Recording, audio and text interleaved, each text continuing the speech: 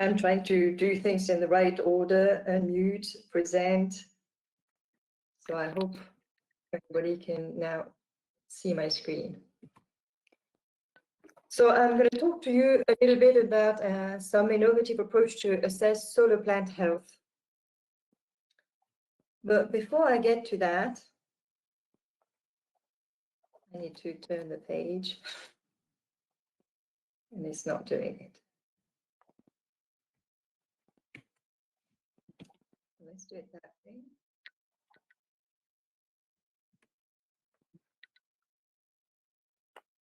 It looks like I have no control.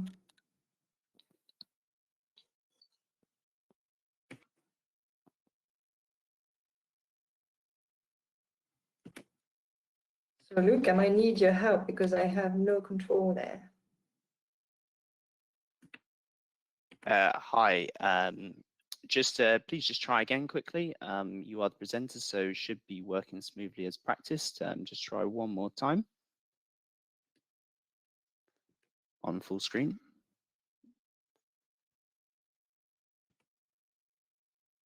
There we are. They appear now.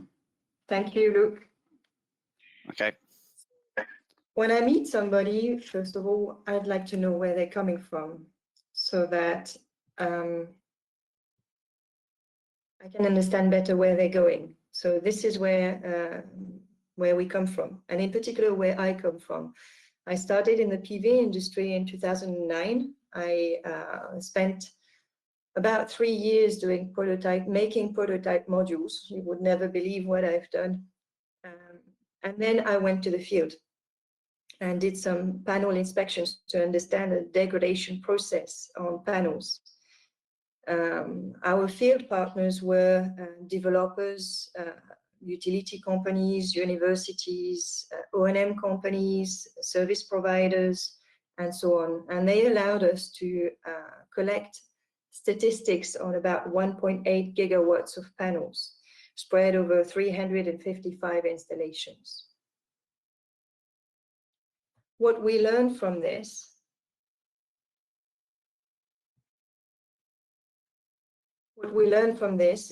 is actually surprised me. About 1/3 of the panels we inspected showed a visual defect. That's a pretty high number.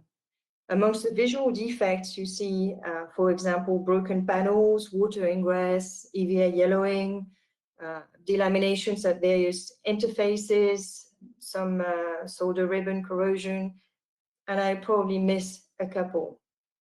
There are also some invisible defects, such as PID, which is only visible with thermal and IV testing. And then you have also some problems with defective diodes and so on.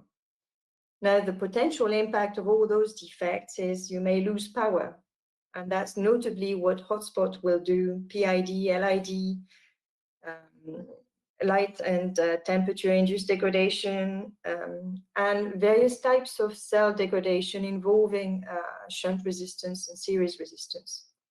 And then you have also some safety implications. In particular, when you have backsheet cracking, then you will suffer from a major safety problem.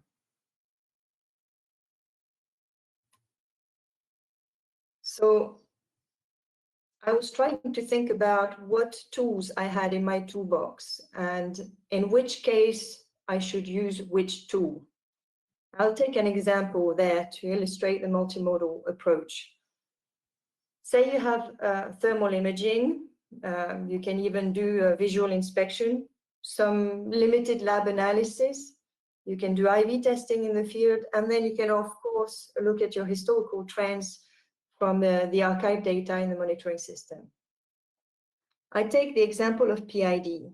What do I need to have so that I know I've got PID? Well, you give me a thermal camera, I'll be able to tell you if you've got PID. That's all I need to tell you you've got PID. However, if you want to put a system fix in place, then I need to also see the panels. And then I will tell you if you can recover your PID or if you can recover only part of your PID. To know the extent of the problem, really, you need to do IV testing. So this will give you how much power you've lost. But IV testing only gives you the data for today. It doesn't give you the data for a month ago or a year ago. So to determine how much power I've lost over a period of time, I will need to look at your historical trends. And then I've used every tool in my toolbox to diagnose the problem and quantify the problem and determine the potential for recovery. So that's where the multimodal approach is born. This multimodal approach doesn't apply to every type of defect. So you might actually use one or two or three of your tools in your toolbox according to what you really want to do. So I'll give you another example of a portfolio assessment we performed last year. We had 40 plants, and the basic assumptions was that the plants were performing. Question is, are they really? Are they performing okay, or are they underperforming? So first of all, we need to set an expectation. How much is a normal degradation? And even that is a pretty tricky point. So I decided to base myself on an NREL publication. And this NREL publication said that panels between 0 and 10 years tend to suffer from 0.7% degradation per year. So I wanted to be compared to my peer group in the 0 to 10 year group. So now 0.7% degradation is my expected degradation. After performing several measurements, various types of measurements, this is the picture we get. We've got a total power loss, and we've got the number of years of operation. Your dotted black line there is your expected degradation. And we can see that only 4 installations perform to our degradation criteria of 0.7%. Now, there are various reasons where we might have got to that stage. First of all, soiling and vegetation growth. We applied some corrections to our data to make sure we didn't take in consideration any soiling or any vegetation growth. So this data is clean of soiling and vegetation. Now, you may also suffer from system losses. System losses include ground faults, inverter problems, cable problems. Sometimes you will suffer curtailment and network availability. The scope of our work was really to determine the power loss at the panel level. So we also eliminated the system losses. So the picture you have there is only linked to panel level losses. And I've highlighted some of the losses in the previous slide, so I will not go through them again. Now we look a little bit more in detail where our losses are coming from. Well, we performed some thermal imaging, and we were able to determine the amount of disconnected panels here. You see some installations here suffer from high degree of disconnect. Potential reasons for disconnected panels or strings are blown fuses and faulty connectors. These 2 reasons are pretty easy to fix.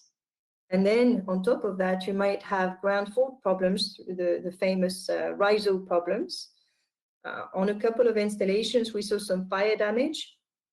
And of course, you've got the reasons that are beyond your control, like weather damage. And finally, some faulty panels. We decided to discount the disconnected strings here and really get to how are the panels performing from those that are connected, how well are they performing. So there we are. We get from the graph on the left-hand side to the graph on the right-hand side, where we exclude the disconnected strings and panels. The picture is much better, but only a quarter of our installations are performing to our expectation of degradation. So that's a lot of degradation. Amongst the causes for degradation, this was a very wide portfolio, so we saw very wide problems on this portfolio. So some of the causes, we had a couple of installations with many broken cells, and the power loss from there was obvious. We had also a couple of installations with early PID problems. Early PID problems can be spotted very easily with thermal imaging. Like at the end of the strain, you see a very mild thermal signature, which is very indicative of early PID. And in some installations, we also had pretty high optical losses. The optical losses may come from delamination problems in front of the cells, but they may also come from EVA yellowing and other types of optical transformation in front of the cell. So what did we learn? Well, actually, these installations delivered revenue. So they were under a pretty good feed-in tariff for that time. The installations were also reported as having backsheet problems. But be careful, backsheet problems usually do not yield power losses. The reason for that is you may suffer late inverter starts or tripping in bad weather, and these are all times of minimal production. So in fact, at the system level, when you look at your production data, it's fairly rare that you will see an increase in your power loss due to backsheet problems, cracked backsheets.